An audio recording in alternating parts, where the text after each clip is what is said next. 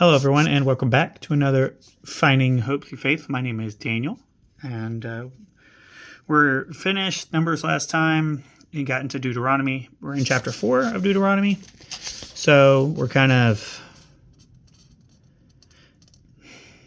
it's starting off pretty good, not terrible, but we will see. It's a lot of dividing up and telling people. It's like, and kicking people out. I know it's like he told them what was going to happen, and he followed through. Anyway, so we're going to move on to Deuteronomy and then go from there. I hope everybody's doing well. But let's get to it. Now, Israel, hear the statutes and decrees which I am teaching you to observe, that you may live and may enter in and take possession of the land which the Lord, the God of your fathers, is giving you. In your observance of the commandments of the Lord your God, which I enjoin upon you, you shall not add to what I command you, nor subtract from it. You have seen with your own eyes what the Lord did at Baal Peor. The Lord your God destroyed from your midst everyone that followed the Baal. But you who clung to the Lord your God are all alive today. Therefore, I teach you the statutes and decrees as the Lord my God has commanded me, that you may observe them in this land you are entering to occupy. Observe them carefully, for thus will you give evidence of your wisdom and intelligence to the nations who will hear of all these statutes and say, this great nation is truly a wise and intelligent people. For what great nation is there that has God so close to it as the Lord, our God, is to us whenever we call upon him? Or what great nation has statutes and decrees that are just as this whole law which I am setting before you today? However, take care and be earnestly on your guard not to forget the things which your own eyes have seen, nor let them slip from your memory as long as you live. But teach them to your children and your children's children. There was a day on which you stood before the Lord your God at Horeb. And he said to me, assemble the people for me. I will have them hear my words, that they may learn to fear me as long as they live in the land so many teach their children.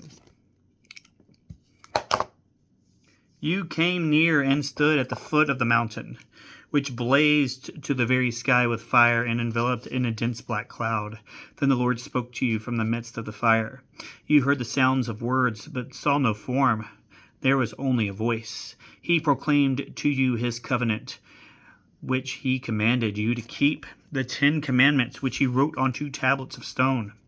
The Lord charged me at the time to teach you the statutes and decrees which you are to observe over in the land that you will occupy. You saw no form at all on the day the Lord spoke to you from the midst of the fire. Be strictly on your guard. Okay. Be strictly on your guard, therefore, not to degrade yourselves by fashioning an idol to represent any figure, whether it be yourselves by fashioning it, whether it be the form of a man or a woman, of an animal of the earth, or any bird that flies in the sky, of anything that crawls on the ground, or any fish in the waters under the earth. And when you look up to the heavens, and behold the sun or the moon, or any star among the heavenly hosts, do not be led astray into adorning them and serving them. These the Lord your God has let fall to the lot of other nations under the heavens. But you he has taken and led out of that iron foundry, Egypt, that you might be his very own people as you are today. Since the Lord was angered against me on your account and swore that I should not cross the Jordan nor enter the good land which he is giving you as a heritage, I myself shall die in this country without crossing the Jordan. But you will cross over and take possession of that good land. Take heed, therefore, lest forgetting the covenant which the Lord your God has made you, you fashion yourselves against his command an idol in any form whatsoever. For the God, your God, is consuming fire, a jealous God. When you have children and grandchildren and have grown old in the land, should you degrade yourselves by fashioning an idol in any form, and by this evil done in his sight provoke the Lord your God? I call heaven and earth on this day to witness against you, that you shall all quickly perish from the land which you will occupy when you cross the Jordan. You shall not live in it for any length of time, but shall be promptly wiped out. The Lord will scatter you among the nations, and there shall remain but a handful of you among the nations to which the Lord will lead you.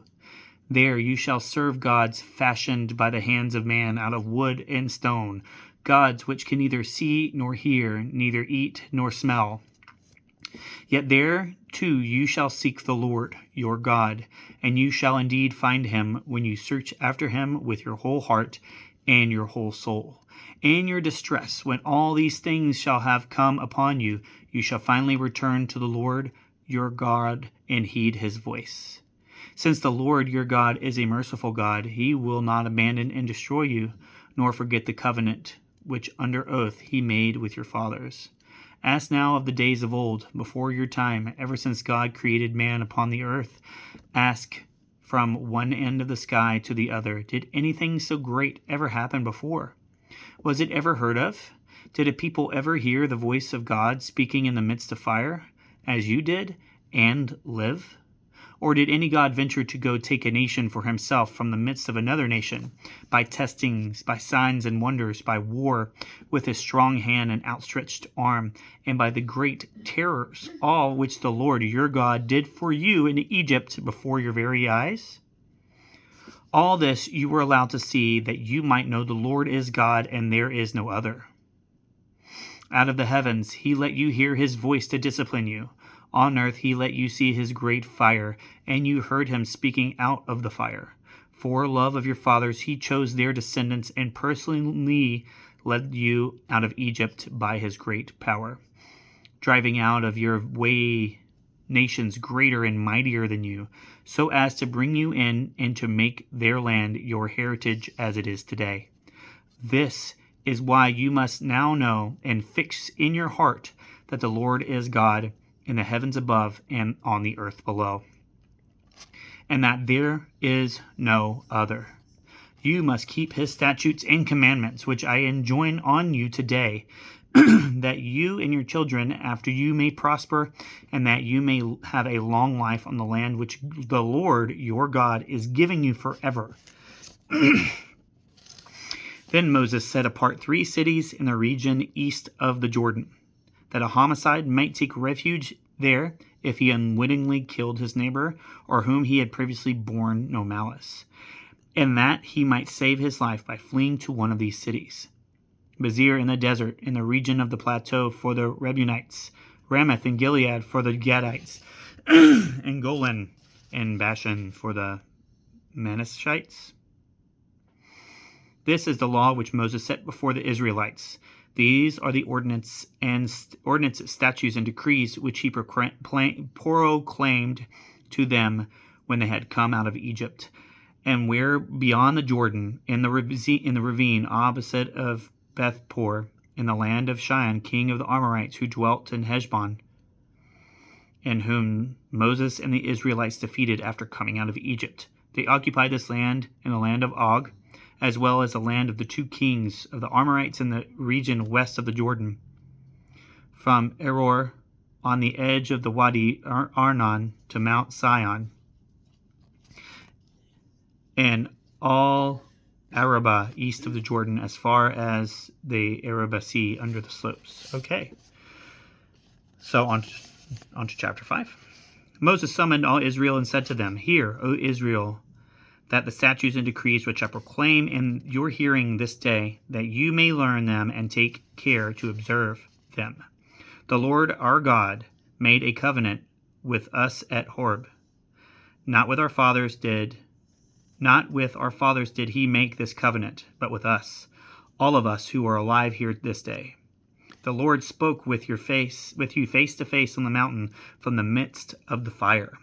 Since you were afraid of the fire and you would not go up to the mountain, I stood before the Lord and you at that time to announce to you these words of the Lord. I, the Lord, am your God, who brought you out of the land of Egypt, that place of slavery. You shall not have other gods besides me. You shall not carve idols for yourselves in the shape of anything in the sky above or on the earth below, or in the waters beneath the earth. You shall not bow down before them or worship them, for I, the Lord, your God, am a jealous God, inflicting punishments for their fathers' wickednesses on the children of those who hate me, down to the 3rd and 4th generation, but bestowing mercy down to the 1,000th generation on the children of those who love me and keep my commandments. You shall not take the name of the Lord your God in vain, for the Lord will not leave unpunished him who takes his name in vain. Take care to keep holy the Sabbath day as the Lord your God commanded you. 6 days you may labor and do all of your work, but on the 7th day is the Sabbath of your Lord your God. No male or female slave, or your ox or ass, of any of your beasts, or the alien who lives with you, your male and female slave, should rest as you do. Remember that you too were once slaves in Egypt, and the Lord your God brought you from there with his strong hand and outstretched arm. That is why Lord your God has commanded you to observe the Sabbath day. Honor your father and your mother, as the Lord your God has commanded you, that you may have a long life and prosperity in the land which the Lord your God is giving you.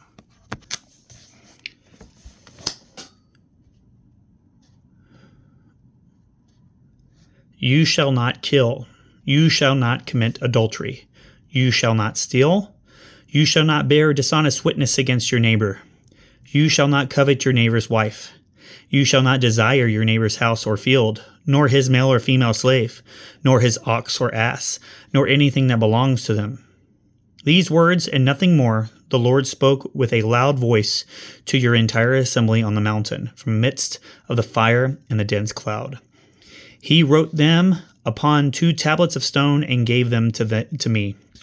But when you heard the voice from amidst the darkness, while the mountain was ablaze with fire, you came to me in person of all your tribal heads and elders, and you said, The Lord our God has indeed let us see his glory and his majesty.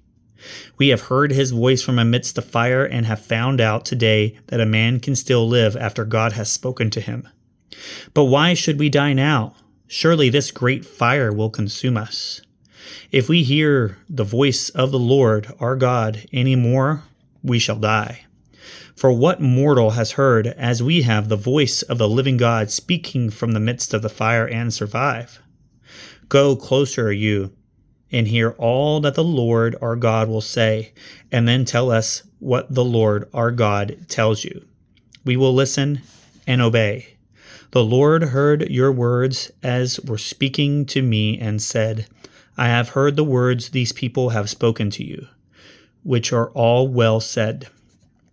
Would that they might always be of such a mind to fear me and to keep all my commandments. Then they and their descendants would prosper forever. That's great. Go tell them to return to their tents. Then you wait here near me, and I will give you all the commandments, the statutes and decrees. You must teach them, that they may observe them in the land which I am giving them to possess. Be careful, therefore, to do as the Lord your God has commanded you, but not turning aside to the right or to the left, but following exactly the way prescribed for you by the Lord your God, that you may live and prosper and may have a long life in the land which you are to occupy. So it's like right before. It's like, I can't go any further, but y'all are going to go this way. And it's like, just follow this stuff and you're going to be great. But all these people whining. Are they going to do it? Let's find out. On to chapter 6.